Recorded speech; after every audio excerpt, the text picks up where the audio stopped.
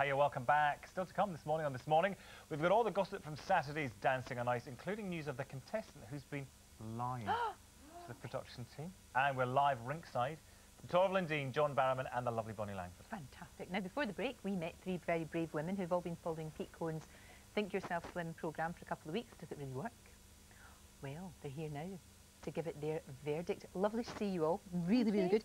Carrie's mum Tricia and great Auntie Hazel, who I cannot believe is 60 years old. You look fantastic. Skin.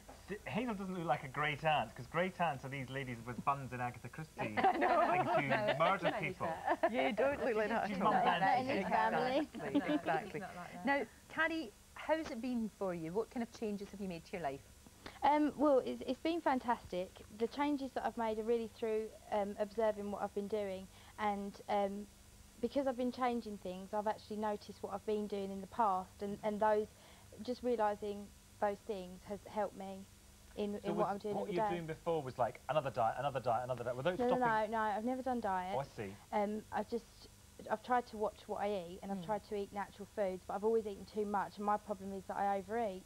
Right, so you're piling too much on your plate, yeah, basically. I didn't realise that I was picking from 4 o'clock when I started preparing the kids' meals, right up until 6:30 when my husband came in and I served his meal and my meal, which were the same size. They weren't when I first met him, but slowly my meal sizes grew to his.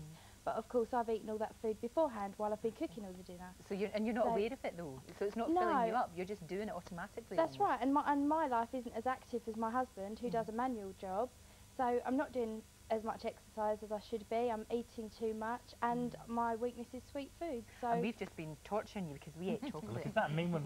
We always do this on telly. We bring people in who are trying to help lose weight. Say, look, here's a big plate of things you can't have. And there it is. We've been napping it as well, but you're okay. It's because the weight piled on after the kids. Is that what happened? Yeah, basically, I think I've started to put on weight when I met my husband, when we moved in together. It was the contentment thing. Oh, sure. And you know, cozy nights in with popcorn and movies and what have you, and then having the children. I had my children 13 months apart, so I didn't have a chance to lose any of my baby weight from my first child. I fell pregnant 4 months after my first child was born, so that just piled on, you know, and it got out of control, and I got to the point where I couldn't do it on my own, and I needed help with it.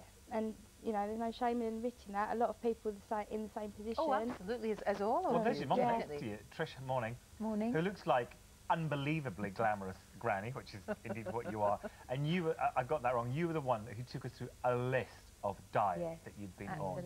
So what's the key thing that Pete has done to your thinking that you feel this is different? Well, for one thing, he's allowed me to eat anything I want. He said you can eat anything you want, but you have the choice. And once you know you can do that, it's okay. He's told me things that are very basic and things that I do know, but I don't put into practice.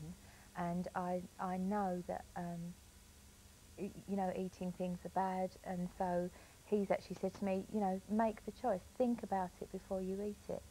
Think about how hungry you are, how you know, are you really hungry at all? Do you perhaps just need a drink?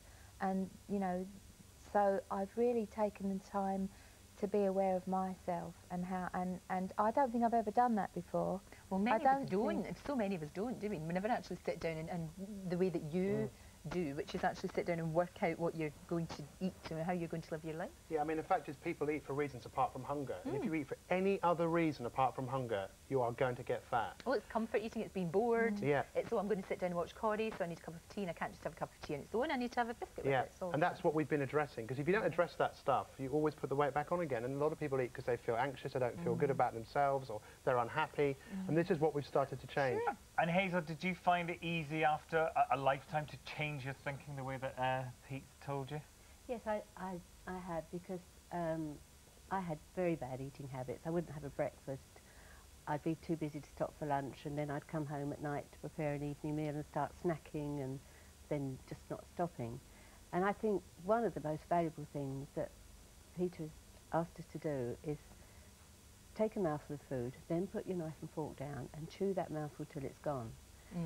And I've been doing that, and believe me, the food tastes better because you are actually tasting it. You're not just chucking one. Shoveling it in like fuel. That's right, and you don't realise you're doing it until... Change the way you've all thought. Well, one of Pete's famous visual aids, shall we say, one of the tricks he's used to help people change their attitude to food. Here's one that involves a large quantity of lard. Can you talk us through the lard? Yeah, actually, I'm going to just pick this up if I may and take it round. Please come and join me over by my lard. Come on round. I think it's really important to point out here that, you know, people at home can get involved. These girls have been doing it for like 2 weeks, but you know, they're going to see the progress they've made. Sure. But there's a And lot how of much lard is that, roughly, Pete? This is 3 stone of lard. Ladies, can you just put your hand in here? I just want you to feel. Come on, this is what it's all about at the end of the day. Come on, feel it. I want you to feel. Come on, put your hand right in there and feel what it feels like. Now, the fact is, you know, they know, and maybe the people at home, I want you to start thinking about food, you know, and thinking to yourself, you know, well, that's what it ends up, you know, tasting, looking like. I mean, not tasting, but like, would you like to eat this? No. So perhaps we can all start looking at food. It's a very simple thing to do. You know, ask yourself, you know, do you want this food enough that you want to? Come on, if you put your hand in there. I'll put it in there. I know. Come on. I want you to eat some of this. Come on. Oh, No, at the end of the day, this is what it's all about. It's about us having less of this. Sure. And when you can look at food, you can think to yourself, because this is what this sort of food. That's what it all sort of turns into.